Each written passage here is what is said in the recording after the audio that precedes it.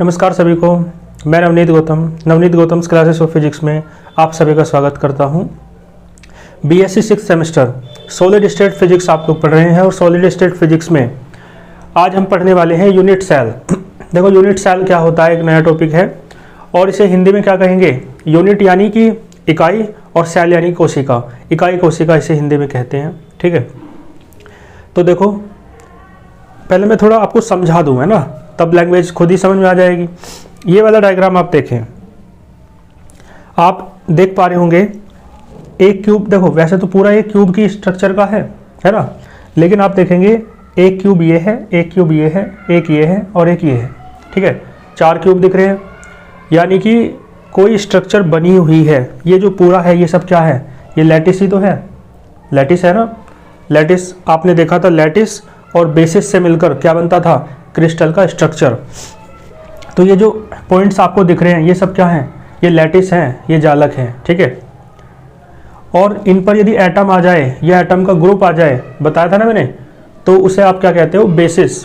जो एटम का ग्रुप होता है, एटम होता है, तो उससे मिलके यानी इन लैटिस पॉइंट्स पर आके यदि एटम या एटम का ग्रुप आ जाए तो फिर जो बनेगी स्ट्रक्चर वो कहलाती है क्रिस्टल स्ट्रक्चर या क्रिस्टल संरचना।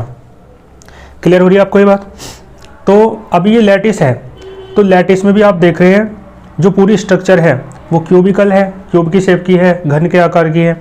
और ये घन भी आपका क्यूब जो है 1 2 3 4 से मिलकर 4 है ना, छोटे छोटे क्यूब से मिलकर बन रहा है, ठीक है। तो कोई भी स्ट्रक्चर जब बनती है, जैसे उदाहरण के लिए मैं बताऊं, जैसा घर बनता है ना, तो ईंटों से बनता है ना। कोई भी घर बना है तो किससे मिलकर बना है, ईंटों से। तो इस तरीके से है ना, ये सब क्या है, ईंट, ठीक है। ऐसे ही ईंटों को जोड़ दिया जा रहा है आपस में, तो क्या बन जाएगा, घर बन जाएगा। तो इसका मतलब है घर की जो सबसे छोटी इकाई है, सबसे छोटी सेल है, वो क्या है, ईंट है। इसी प्रकार जो लैटिस होता है उसकी जो सबसे छोटी इकाई होती है, सबसे छोटी स्ट्रक्चर होती है, वो क्या कहलाती है, आपकी यूनिट सेल कहलाती है, ठीक है। देखो जैसे ये तो 3D का एग्जाम्पल है, ये एग्जाम्पल आप देखें ये 2D का है। ये सब आपको पॉइंट्स दिख रहे हैं, लैटिस पॉइंट है और ये सारा क्या है, लैटिस है, ठीक है। तो लैटिस में ये पूरा बनेगा, लेकिन ये पूरा कैसे बन रहा है, देखो ऐसे ऐसे है ना, जैसे एक तरीके से आप घर मानो तो ये क्या है, ईंट है सब। तो कुल मिला के सीधे सा मतलब क्या है, घर में जो ईंट है उसे आप क्या कहेंगे, यूनिट सेल।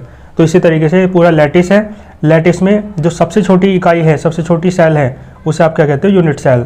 तो यानी ये जो पूरा लैटिस है ये बहुत सारी यूनिट सेल से मिलकर बना है।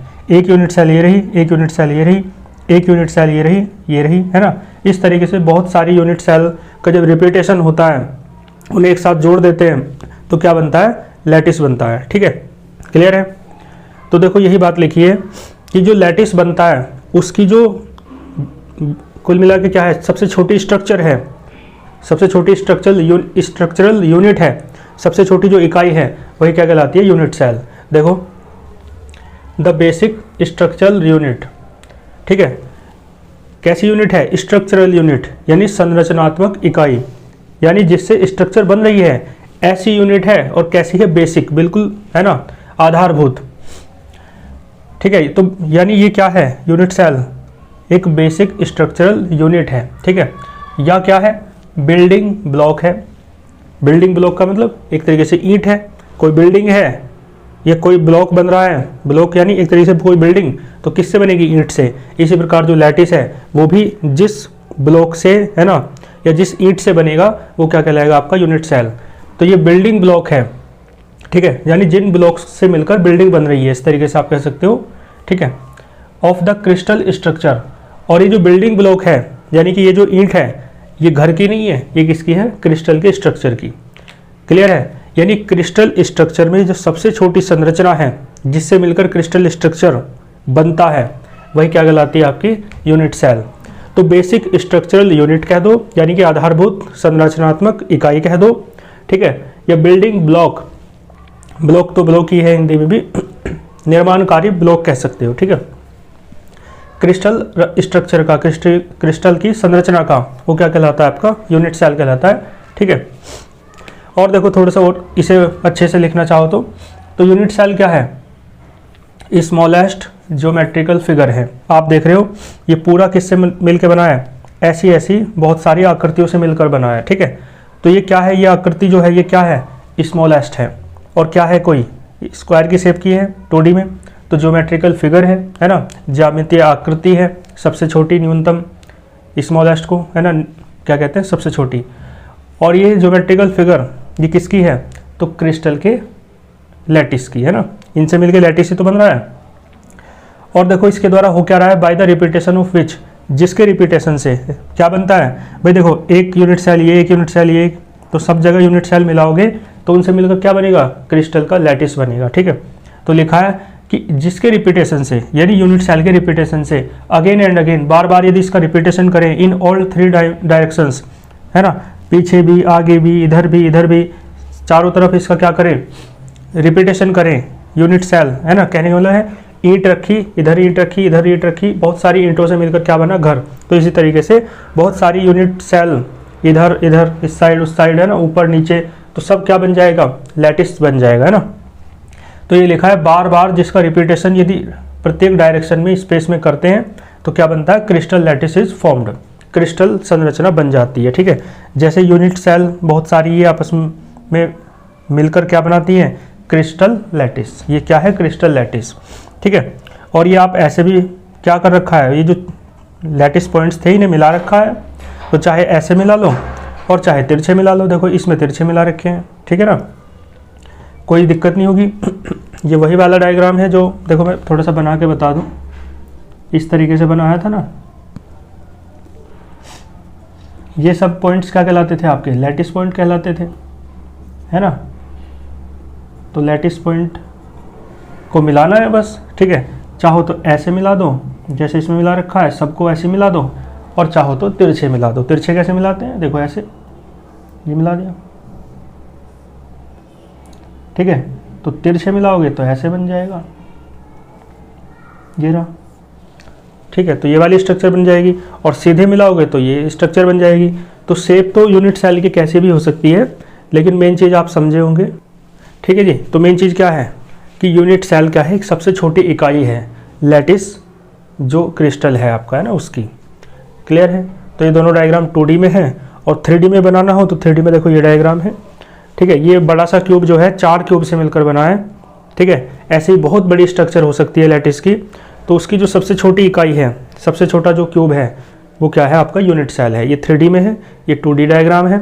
और देखो एक डायग्राम आप और देखो स्क्रीन पे, इसमें भी आप पाओगे यूनिट सेल आपको अलग दिख रही होगी क्यूब के अंदर, है ना। बहुत सारे, जो बड़ा क्यूब है वो छोटे छोटे क्यूब से मिलकर बना है, और बड़े क्यूब में एक जो सबसे छोटा क्यूब है, कोई सा ही ले लो, वो क्या कहलाता है? यूनिट सेल, ठीक है।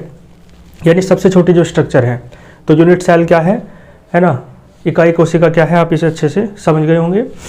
इसके बाद है प्रिमिटिव सेल। इसकी हिंदी थोड़ी अजीब सी है, इसे हिंदी में आदिम कोशिका कह सकते हैं, ठीक है। तो यानी प्रिमिटिव यानी प्रारंभिक, एक तरीके से आदिम, है ना। तो देखो मैं आपको बता दूं, यूनिट सेल का ही एक टाइप है प्रिमिटिव सेल, है ना। यूनिट सेल का ही एक विशेष टाइप है, विशेष प्रकार है। तो क्या लिखा है? देखो प्रिमिटिव सेल में लिखा है यूनिट सेल, यानी प्रिमिटिव सेल भी क्या है? यूनिट सेल ही है, लेकिन इसकी विशेषता क्या है?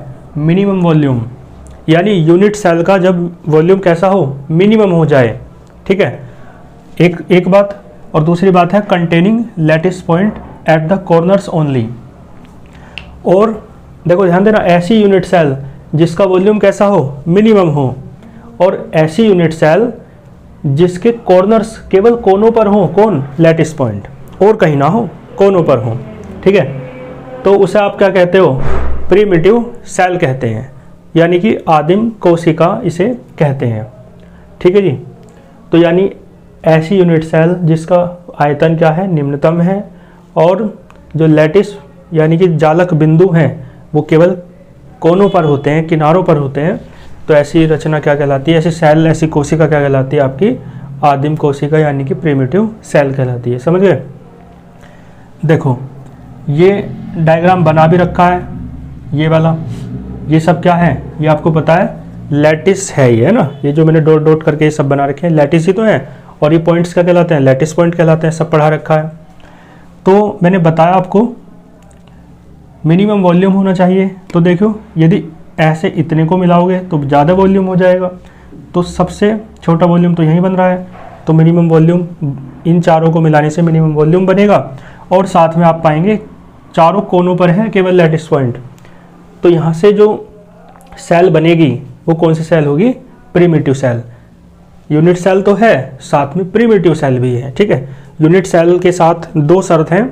क्या शर्त है, पहली कि वॉल्यूम यदि यूनिट सेल का मिनिमम हो, और साथ में यदि ये जो लैटिस पॉइंट है वो केवल कॉर्नर्स पर हो, कोनों पर हो, तो फिर ये जो यूनिट सेल है आपकी यही क्या कहलाती है, प्रिमिटिव सेल। क्लियर है। और मैंने ये बात आपको बताई ही थी कि चाहो तो आप सीधे मिला दो और चाहे तिरछे मिला दो। तो देखो तिरछा मिला के दिखा रखा है, ठीक है। चारों को मिलाने से यहाँ पे जो बन रही है सेल वही क्या है, प्रिमिटिव सेल है, क्योंकि देखो मिनिमम वॉल्यूम है और साथ में चारों कोनों पर आपके क्या है, लैटिस के पॉइंट्स हैं, ठीक है।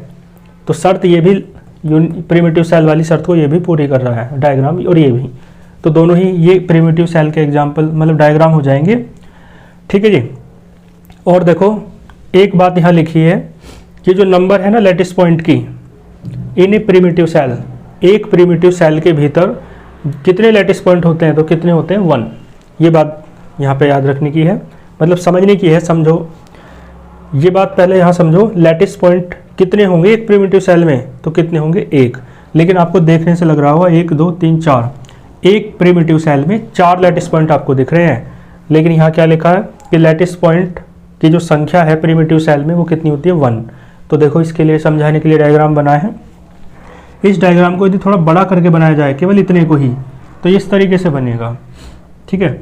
और आप देख पा रहे हैं ये जो प्रिमिटिव सेल बन रही है ये इतना हिस्सा घेर रही है केवल, बाकी का 3/4 हिस्से से उसे कोई मतलब नहीं है।